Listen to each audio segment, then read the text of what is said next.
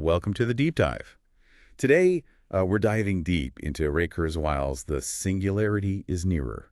Oh, a fascinating choice. You've provided us with some excerpts from the book, so get ready for some mind-blowing concepts. And Read it. we'll be exploring how this accelerating pace of technology could impact your life in the coming years. Yeah, it's going to be a fascinating journey through Kurzweil's predictions, from the foundation of his law of accelerating returns all the way to the implications of the singularity. Okay, let's unpack this. Kurzweil starts with a thought-provoking observation. The moment you're listening to this is probably closer to the creation of superhuman AI than to the release of his last book back in 2012. Wow. Even more striking, you're likely closer to the singularity, which Kurzweil predicts could happen around 2045, Okay. than to the release of his 1999 book, The Age of Spiritual Machines. Think about that. Babies born today might just be graduating college when AI surpasses human intelligence. It really highlights the rapid pace of change we're experiencing. That's mind-blowing. So how does Kurzweil explain this rapid acceleration? He argues that technology, particularly in information technology, doesn't just change linearly. It follows an exponential curve. He calls this the law of accelerating returns, or LOAR. It means progress speeds up over time, leading to advancements that can feel almost sudden.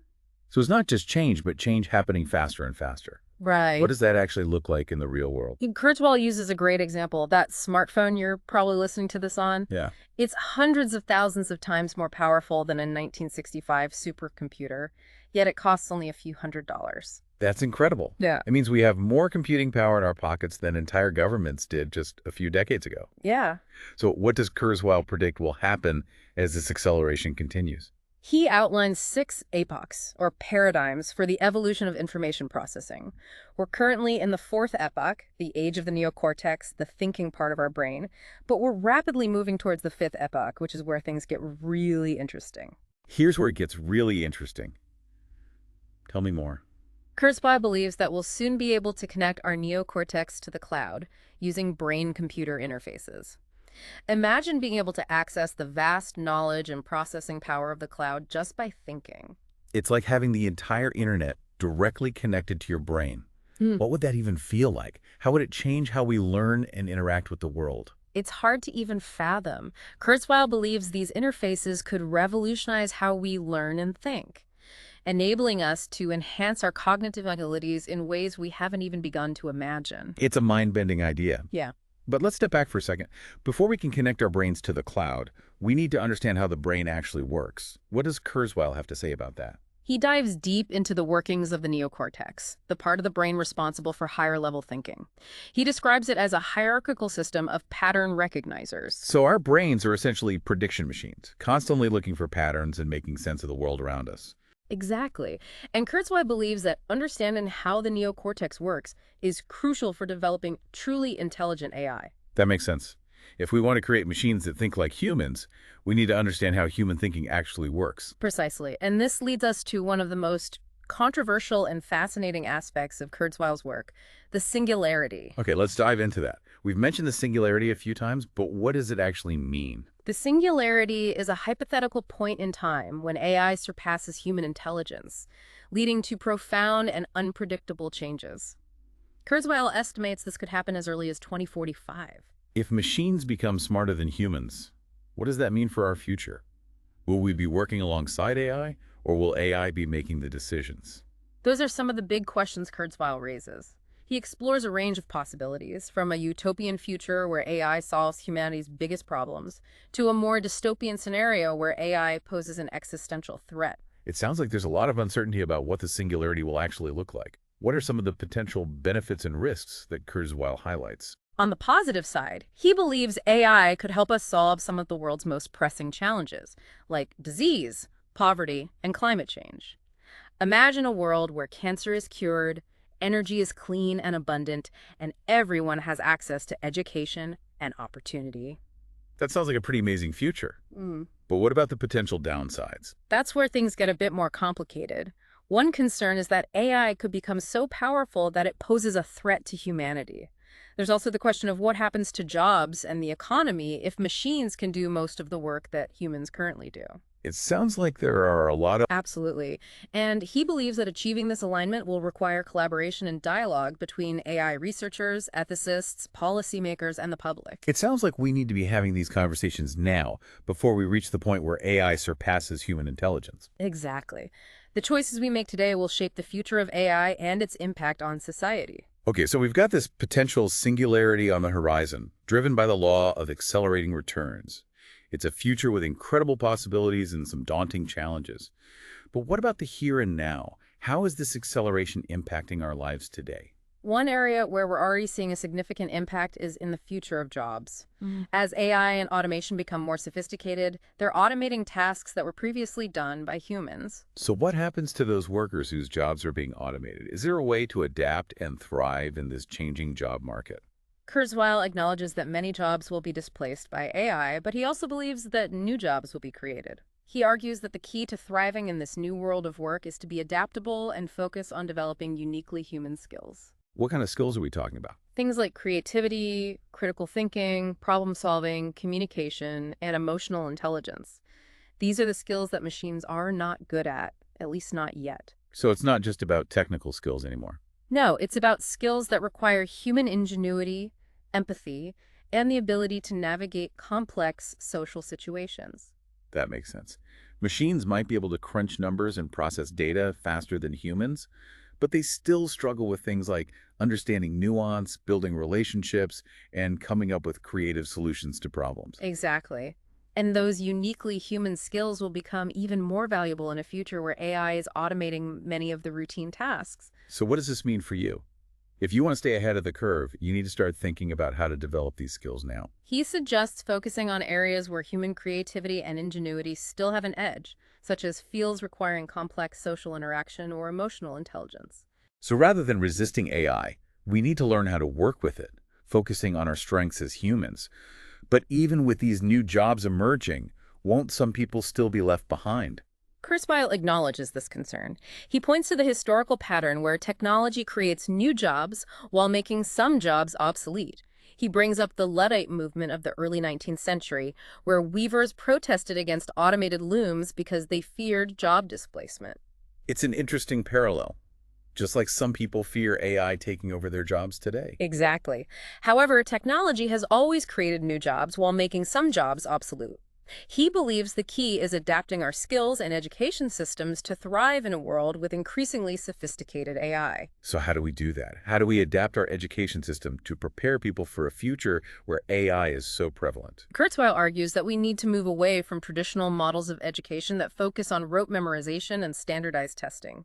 Instead, we need to focus on developing critical thinking skills, creativity, and the ability to learn and adapt quickly. So it's not just about what you know, but about how you learn and how you apply that knowledge in a rapidly changing world. Exactly. And this means fostering a love of learning, encouraging experimentation, and teaching people how to be resourceful and solve problems. It sounds like a pretty big shift from the way most education systems work today.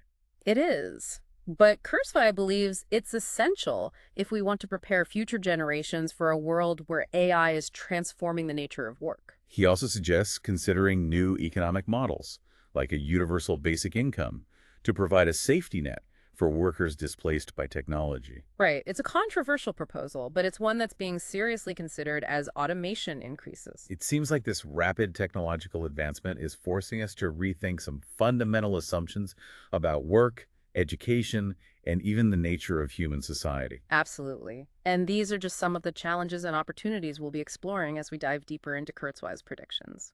Okay, we've covered a lot of ground already, from the law of accelerating returns to the potential impacts of the singularity. But let's delve into some more specific predictions Kurzweil makes about the future. He talked about a world where we could radically extend our lifespans, and potentially even achieving a form of immortality. How does he envision that happening?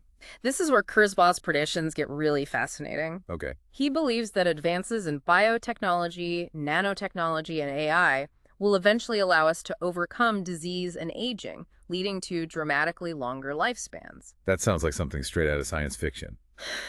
But does he have any concrete examples of how this might actually work? He does. He talks about medical nanobots, tiny robots that could operate at the cellular level to repair damage and prevent disease.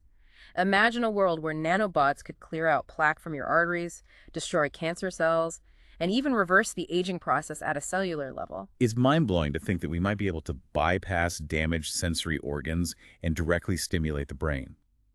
But does Kurzweil address the potential downsides of these advancements? If people are living much longer, wouldn't that put a strain on resources and lead to overpopulation? He does. He argues that we need to adopt a mindset of abundance rather than scarcity. He points out that we have ample resources on Earth, particularly when we consider the potential of renewable energy and advanced technologies like vertical farming. So the key takeaway from Kurzweil's predictions is that the futures are going to be dramatically different from the present, and the changes are happening faster than we might realize. That's a key point. Kurzweil argues that our perceptions of progress often lag behind reality. He attributes this to cognitive biases, media sensationalism, and the difficulty of grasping exponential change. He suggests we tend to overestimate the prevalence of negative events and underestimate gradual positive trends. It's like that saying, the future is already here, it's just not evenly distributed. Exactly, and that's why Kurzweil stresses the importance of adaptability in the face of rapid technological change. He suggests individuals and societies that embrace lifelong learning and embrace new technologies are more likely to thrive in the future. It's about being proactive and shaping the future we want, rather than passively reacting to the changes as they come. That's a great way to put it. We need to become active participants in shaping this future, not just bystanders. This leads us to a fundamental question that Kurzweil grapples with. What does it mean to be human in an age of accelerating technological change? It's a complex question. Kurzweil explores the idea of consciousness and how it might evolve as we integrate more closely with technology. He discusses the possibility of extending our consciousness beyond our biological brains, blurring the lines between biological and artificial intelligence. That raises some profound ethical and philosophical questions about the nature of identity and personhood. Absolutely. Kurzweil delves into the concept of uploading consciousness into a digital substrate, exploring the idea of creating a digital copy of one's mind. So if you were to create a perfect digital replica of yourself, would that replica truly be you? That's the million-dollar question, and Kurzweil doesn't offer easy answers. He presents the thought experiment of gradually replacing parts of your brain with digital equivalents. So if you replace a small part of your brain, are you still you? What about if you replace half your brain? And what happens when you've replaced your entire brain with a digital copy? Those are the kinds of mind-bending questions that arise as we consider the potential of merging with technology, and Kurzweil challenges us to grapple with these issues. He also examines the philosophical underpinnings of consciousness, drawing on the work of physicist and computer scientist Stephen Wolfram. Wolfram argues that consciousness is an emergent property of complex systems. He uses the analogy of cellular automata, simple systems with basic rules that can generate incredibly complex and unpredictable patterns. So consciousness might not be something that's programmed into us, but rather something that arises naturally from the complexity of our brains. Precisely. And Kurzweil suggests that as we create increasingly complex AI systems, those systems may also exhibit emergent properties like consciousness. This leads to another intriguing concept that Kurzweil explores, the idea of a computronium. A computronium is a hypothetical structure where all matter in a given region of space is rearranged into a highly efficient computing substrate. So imagine turning something like a planet into a giant computer. Exactly. Kurzweil believes that if we continue on our current technological trajectory, we may eventually be able to create computronium-like structures. And what would the implications of that be? Well, a computronium could potentially have immense computational power, far exceeding anything we can conceive of today.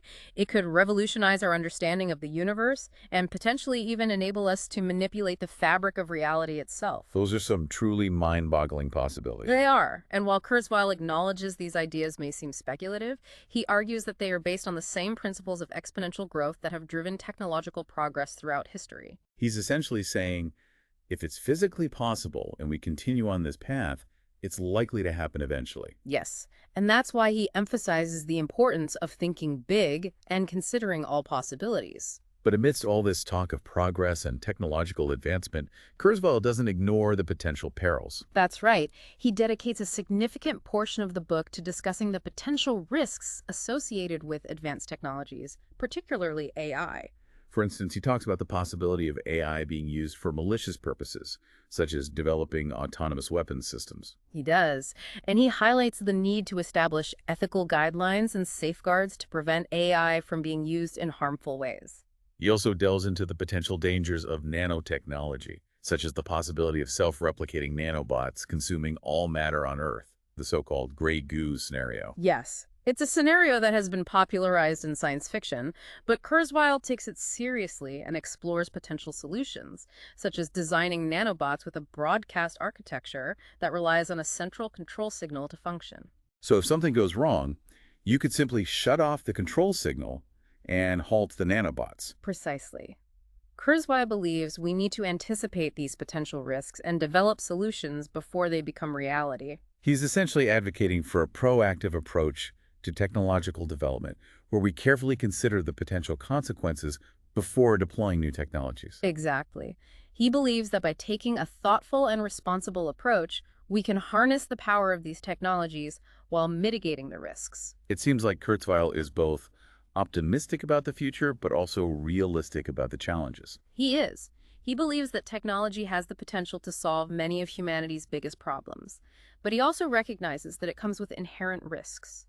He argues that the key to navigating this future is to embrace a mindset of abundance, to focus on solutions rather than problems, and to be adaptable and willing to learn. So it's not about being blindly optimistic or pessimistic, but about being thoughtfully realistic. I think that's a great way to summarize Kurzweil's perspective. He encourages us to be engaged, to think critically, and to participate actively in shaping the future we want. And that future, according to Kurzweil, could be one of unprecedented abundance, where disease is eradicated, poverty is eliminated, and human potential is unleashed in ways we can only begin to imagine. It's a compelling vision, and one that challenges us to think beyond our current limitations and embrace the possibilities of the future. All right, let's take a closer look at some of the specific technologies that Kurzweil discusses in the book, starting with brain-computer interfaces. What are some of the most promising developments in this area? Well, one fascinating area of research is non-invasive brain-computer interfaces. These use external sensors to detect and interpret your brain activity. One example is functional magnetic resonance imaging, or fMRI. I've heard of fMRI scans. They're used for medical imaging, right? How can they be used to interface with the brain? fMRI scans can actually measure blood flow in the brain as a proxy for neural firing. So you can essentially see which parts of the brain are active when you're thinking about something specific. So it's like taking a snapshot of the brain in action. Exactly. And while fMRIs have great spatial resolution, meaning they can pinpoint activity with millimeter precision, they have limited temporal resolution. They can only measure brain activity over a timescale of seconds. It's like taking a snapshot of the brain, but you're not getting a real-time video feed. Right. But other non-invasive techniques like electroencephalography or EEG can measure brain activity on a much faster timescale, albeit with less spatial precision. So EEG is like listening to the brain's electrical chatter, but you can't pinpoint exactly where the chatter is coming from. That's a good analogy, and researchers are making progress in combining these techniques to get a more complete picture of brain activity. That makes sense. Combining the spatial resolution of fMRI with the temporal resolution of EEG could give us a much more detailed understanding of how the brain works. What about invasive brain-computer interfaces? Those are the ones where you actually implant electrodes directly into the brain, right? Exactly. These interfaces have the potential to provide much more precise and detailed information about brain activity. But they also come with higher risks. That's true. Invasive interfaces require surgery and carry the risk of infection or other complications. But the potential benefits could be enormous, particularly for people with paralysis or other disabilities. Absolutely. Invasive interfaces have already been used to enable people with paralysis to control prosthetic limbs with their thoughts. It's amazing to think that technology can restore lost function in such a profound way. It is, and researchers are working on even more advanced interfaces that could potentially restore lost senses, such as vision or hearing. It's mind-blowing to think that we might be able to bypass damaged sensory organs and directly stimulate the brain. But this also raises concerns about equity and access. If these technologies are expensive, will they only be available to the wealthy? That's a valid concern. As with any new technology, there's a risk that it could exacerbate existing inequalities. However, history has shown that the cost of new technologies tends to decrease over time as they become more widely adopted. Think about how much computers and smartphones cost when they first came out compared to today. That's a good point. So while access might be limited at first, as the technology matures, it could become more affordable and accessible to a wider range of people. Exactly. And that's why it's important to have discussions about the societal implications of these technologies early on, so we can work towards a future where the benefits are shared by everyone. Okay, let's dive into some more specific examples from Kurzweil's book. He talks a lot about the exponential growth of technology. What are some real-world examples of this phenomenon? Well, one striking example is the growth of computing power. Moore's law, which states that the number of transistors on a microchip doubles approximately every 2 years, has held true for several decades. So computers are getting twice as powerful every 2 years. Essentially. And this has led to an exponential increase in computing power, which has enabled countless technological advancements. It's incredible to think about how much computing power we have access to today compared to even just a decade ago. And this exponential growth is also happening in the amount of data being generated, right? He does. With the rise of the internet, social media, and the Internet of Things, we're generating more data than ever before. And this data is being used to train increasingly sophisticated AI systems. That's right. The more data we have, the better we can train AI systems to perform complex tasks. It's one of the reasons why AI has advanced so rapidly in recent years. It's amazing to think that all the data we generate in our daily lives is contributing to the development of AI. But it also raises questions about privacy and control over our data. Absolutely. As AI becomes more integrated into our lives, we need to be thoughtful about how our data is being used and who has access to it. Okay, so we've got this explosion of data, which is fueling the development of AI. What are some other areas where Kurzweil sees exponential growth happening? He also talks about the exponential growth in the field of biotechnology. What kind of breakthroughs are happening in biotech? He points to the rapid decline in the cost of DNA sequencing. This has enabled scientists to make breakthroughs in genomics and personalized medicine. So it's getting cheaper and easier to analyze our DNA. What are the implications of that for you?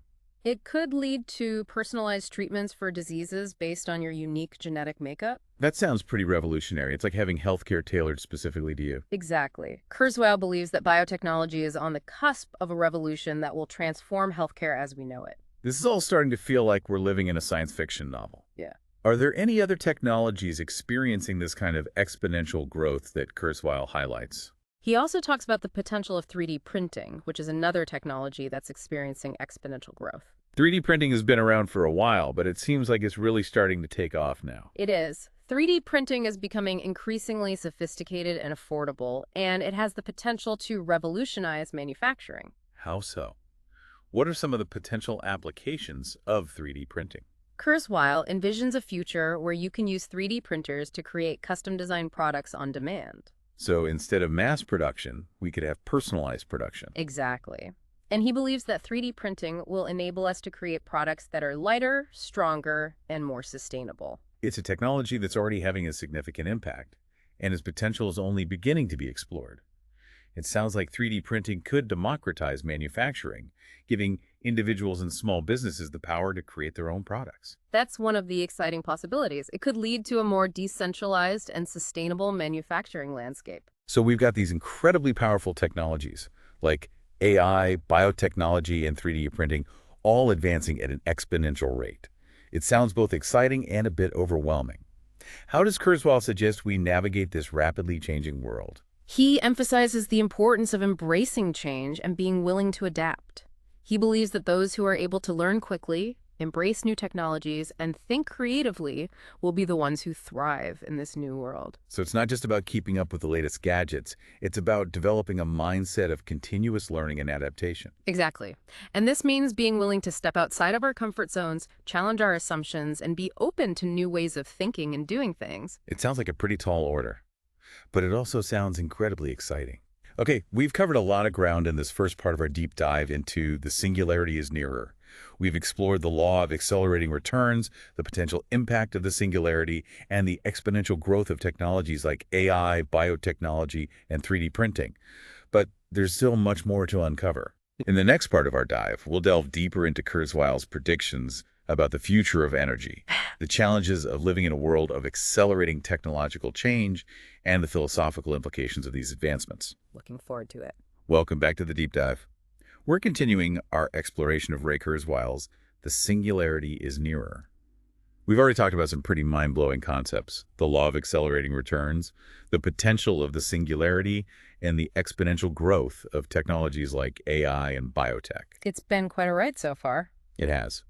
But now let's delve into one of the most pressing issues facing humanity: the future of energy. Right, a critical topic. Well, Kurzweil is a big believer in the potential of renewable energy. Okay. He argues that we're on the verge of a clean energy revolution that could transform our world. That sounds promising. But what makes him so optimistic about renewables? He highlights the incredible abundance of solar energy.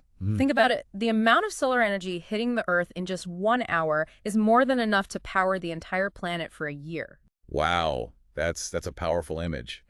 But capturing and storing all that energy efficiently is the tricky part, right? Exactly. But Kurzweil argues that the cost of solar panels has been dropping exponentially, and this trend is likely to continue. Right. He predicts that solar will become the dominant source of energy within the next few decades. That would be a huge shift. What about other renewable sources like wind power? He sees wind playing an important role as well, particularly offshore wind farms.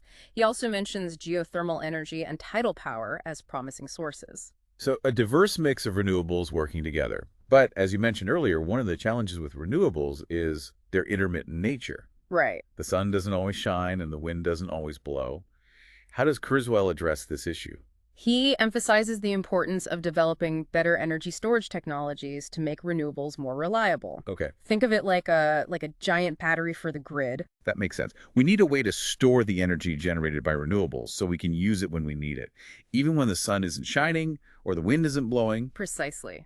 Kurzweil is optimistic about advances in battery technology as well as other storage solutions like pumped hydro, where water is pumped uphill during periods of excess energy generation and then released downhill through turbines to generate electricity when needed.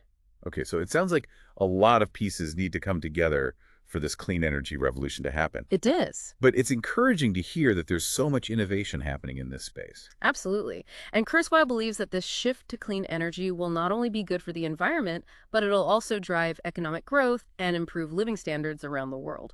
So a win-win all around. Potentially, yes. Okay. Of course, there are challenges to overcome, but Kurzweil is confident that human ingenuity and the power of exponential technological progress will prevail. Okay, we talked about the future of energy, but what about the future of work? Kurzweil paints a picture of a world where AI and automation take over many of the jobs that humans currently do. What does he see happening to the workforce, and how does he suggest we prepare for these changes? Kurzweil acknowledges that AI and automation will displace many jobs. Right. But he argues that this isn't necessarily a bad thing. He points out that throughout history, technology has always created more jobs than it has destroyed. But those new jobs will likely require different skills, right? Exactly. And this is where the concept of lifelong learning becomes crucial. Oh, eh? Kurzweil emphasizes the importance of developing skills that complement AI rather than trying to compete with it. So what kinds of skills are we talking about? He talks about the importance of creativity, problem solving, critical thinking, emotional intelligence, and the ability to work effectively in teams. These are all skills that are uniquely human and that machines, at least for now, struggle to replicate. So it's not just about technical skills anymore. It's about those uniquely human qualities that allow us to innovate, empathize, and navigate complex situations. Precisely. And Kurzweil believes that these skills will be in high demand in the future as AI takes over more routine and repetitive tasks. That makes sense. It's not about humans versus machines. It's about finding ways for humans and AI to work together, leveraging the strengths of both. Exactly. And he also acknowledges that the transition to a more automated economy could be disruptive. He suggests considering new economic models like a universal basic income to provide a safety net for workers who are displaced by technology. Right. A universal basic income is a concept where everyone receives a regular payment from the government, regardless of their employment status. Yeah. It's a way to ensure that everyone has a basic level of financial security, even if their jobs are automated. Exactly. It's a controversial idea, but it's one that's being seriously considered as automation becomes more widespread. It seems like these rapid technological advancements are forcing us to rethink some fundamental assumptions about work, education, and even the nature of human society. They are. And it's important to have these discussions now so we can prepare for the changes that are coming and shape the future in a way that benefits everyone. Okay, so we've talked about the future of energy and work, but let's shift gears now and talk about some of the potential challenges of living in a world of accelerating technological change. Okay. One challenge that Kurzweil discusses is the need for adaptability. Mhm.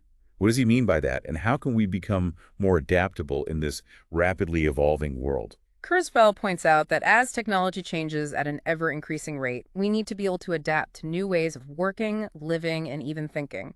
Think about how much technology has changed in just the past decade. Now imagine how much it might change in the next decade or two. It's a bit mind-boggling, to be honest. So how do we keep up? Kurzweil argues that we need to move away from the traditional model of education, where you learn a set of skills and then use those skills for your entire career. Instead, we need to embrace lifelong learning. So it's not enough to just learn new skills. We need to be able to learn how to learn. Precisely. Agree. We need to develop a growth mindset and be willing to embrace lifelong learning. It's about being curious, being open to new ideas, and being willing to step outside of our comfort zones. But with all this new information and technology coming at us so fast, it can be hard to know what to focus on. Right. How do we prioritize and make sense of it all? That's where critical thinking skills come in. Okay. Kurzweil emphasizes the importance of critical thinking in a world of information overload. With the rise of the internet and social media, we're bombarded with information from all sides. It can be difficult to filter out the noise and determine what's reliable and accurate. It's like drinking from a fire hose. There's so much information out there, but not all of it is credible or trustworthy. So how do we develop those critical thinking skills? How do we learn to discern truth from fiction in this digital age? Kurzweil suggests that we should be skeptical of information that comes from sources with a vested interest. Think about who's presenting the information and what their motivations might be. So we should be wary of information that's designed to manipulate or persuade us rather than inform us. Basically, don't believe everything you read online. Exactly. And he also suggests that we should look for evidence to support claims, rather than simply accepting things at face value. That's a good point. Just because someone says something online doesn't mean it's true.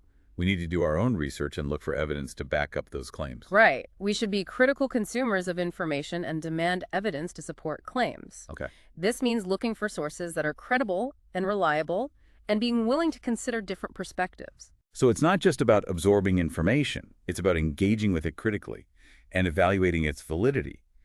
But even if we become adept at critical thinking and filtering information, this technological acceleration can still feel overwhelming at times. How does Kurzweil suggest we manage that? He argues that in addition to our cognitive abilities, we also need to cultivate our emotional intelligence. What role does emotional intelligence play in navigating a world of accelerating technological change? Well, as technology takes over more routine tasks, human skills like empathy, compassion, and communication become increasingly important. It's about being able to connect with others on a human level, even in a world that's becoming increasingly digital. So it's not just about our cognitive abilities, it's also about our emotional and social skills. Exactly. Kurzweil believes that these skills will be essential for success in the future, both personally and professionally. That makes sense.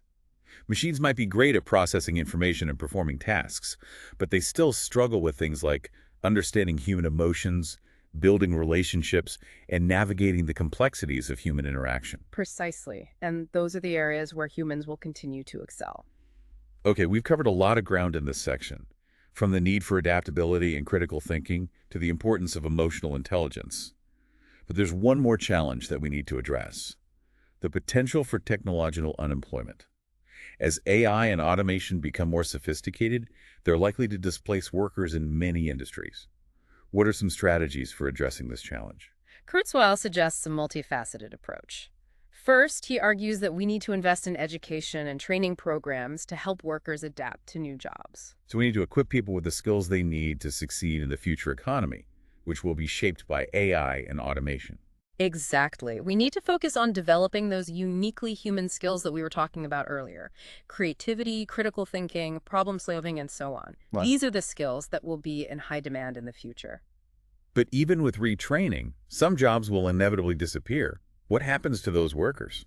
Kurzweil acknowledges that the transition to a more automated economy could be disruptive, and we need to be prepared to support those who are affected. One idea he suggests is a universal basic income, which we discussed earlier. Right, where everyone receives a basic income, regardless of whether they have a job or not. It's a way to provide a safety net for those who might be displaced by automation. Exactly. It's a way to ensure that everyone has a basic level of financial security, even in a world where traditional jobs may be scarce. It's a radical idea, but it's one that's being taken seriously by some economists and policymakers as automation advances. But beyond these practical solutions, there are also some profound philosophical questions that arise as we contemplate a future shaped by such powerful technologies. What are some of the philosophical implications that Kurzweil explores in his book? One of the most fundamental questions he grapples with is the nature of consciousness. Okay. What is consciousness and how does it arise? Is it something unique to biological beings like humans? Or could machines also become conscious? Those are big questions. Mhm. Does Kurzweil offer any answers? He explores the idea that consciousness is an emergent property of complex systems. It's not something that's inherent in matter itself, but rather something that arises from the interactions of many simple parts. So consciousness might not be something that's programmed into us, but rather something that arises naturally from the complexity of our brains. Exactly. And this leads to the intriguing possibility that as we create increasingly complex AI systems, those systems may also exhibit emergent properties like consciousness. So we might eventually create machines that are truly conscious, capable of experiencing the world in a way similar to how we do. It's a possibility that Kurzweil takes seriously. And if we do create conscious machines, how will we treat them? Will they have rights? Will we have responsibilities towards them? These are questions that we'll need to address as we approach the singularity. It's a lot to think about, but it's fascinating to contemplate a future where consciousness might not be limited to biological beings. Are there any other philosophical implications that Kurzweil explores? He also discusses the possibility of uploading human consciousness into computers, essentially achieving a form of digital immortality. So instead of dying, we could simply transfer our minds into a digital realm, free from the limitations of our physical bodies. It sounds incredible, but also a bit unsettling. What would that even mean for our sense of self, our identity, our relationships with others? Would a digital copy of ourselves truly be us, or would it be something else entirely? These are some of the profound questions that Kurzweil raises. What does it mean to be human if our consciousness can exist outside of our biological bodies? And what are the implications for identity, personhood, and even the soul? It's a lot to grapple with, but as Kurzweil points out, these are questions that we need to start thinking about now so that we can make informed decisions about the future. Exactly. The choices we make today will shape the world of tomorrow. And as we continue to explore the possibilities of technology, we need to do so thoughtfully and ethically. We need to consider the potential benefits, but also the potential risks. And we need to ensure that these technologies are used to benefit all of humanity, not just a select few. That's a powerful message. So what are some of the key takeaways from this exploration of Kurzweil's The Singularity Is Nearer? What should our listeners be pondering as they continue on their own journey of discovery and exploration? The key takeaway is that the pace of change is accelerating, and we are on the cusp of an era with both incredible possibilities and unique challenges. The future is likely to be far more different than we can imagine, and it's up to us to shape that future in a way that reflects our values and aspirations. It's a call to action, to be prepared, to be adaptable, and to be actively involved in shaping that future. We need to develop the skills, knowledge, and mindset necessary to navigate this rapidly changing world, and to ensure that technology is used to create a better future for all. Precisely. And while the future is uncertain, it's also full of potential. By engaging in thoughtful discussion, making informed decisions, and embracing the power of human ingenuity, we can create a future that is both prosperous and fulfilling. Okay, we've covered a lot of ground in this part of our deep dive. We've explored the future of energy and work, the challenges of living in a world of accelerating technological change, and some of the philosophical implications of these advancements. But there's still more to uncover.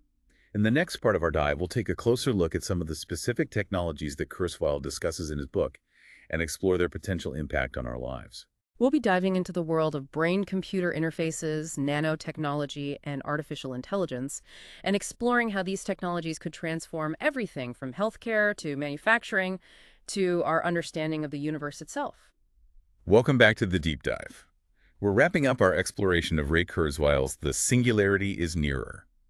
We've talked about the accelerating pace of technology, the potential of the singularity, and some of the big questions these advancements raise about the future of humanity. But now, let's dive into some of the specific technologies that Kurzweil believes will shape that future. We've touched on them briefly, but I'm ready to go deeper. It's time to explore the world of brain-computer interfaces, nanotechnology, and artificial intelligence in more detail. These are the tools that Kurzweil believes could reshape everything, from healthcare and manufacturing to our understanding of the universe itself. Let's start with brain-computer interfaces. We talked about how they could enhance our cognitive abilities, but what are some of the real-world applications that Kurzweil envisions? Well, he sees brain-computer interfaces revolutionizing how we interact with technology. Imagine a world where you can control your devices with your thoughts, seamlessly access information from the cloud, and even communicate telepathically with others. It sounds like something out of a science fiction movie. Yeah. But are we really that close to a world where we can control computers with our minds? Kurzweil believes so. He points to the rapid progress being made in neuroscience and the development of increasingly sophisticated brain-computer interfaces. While we're still in the early stages, the potential is enormous. It's mind-boggling to think about the possibilities. What about those who have lost mobility or sensory function due to injury or illness? Could brain-computer interfaces help them regain those abilities? Absolutely. Kurzweil sees brain-computer interfaces as a powerful tool for restoring lost function. Imagine a paralyzed person being able to control a prosthetic limb with their thoughts, or a blind person regaining their sight through a visual prosthesis connected directly to their brain. It's incredible to think that we might one day be able to overcome these limitations and restore people's abilities in such a profound way. But beyond restoring function, Kurzweil also talks about using brain-computer interfaces to enhance our existing abilities, right? He does.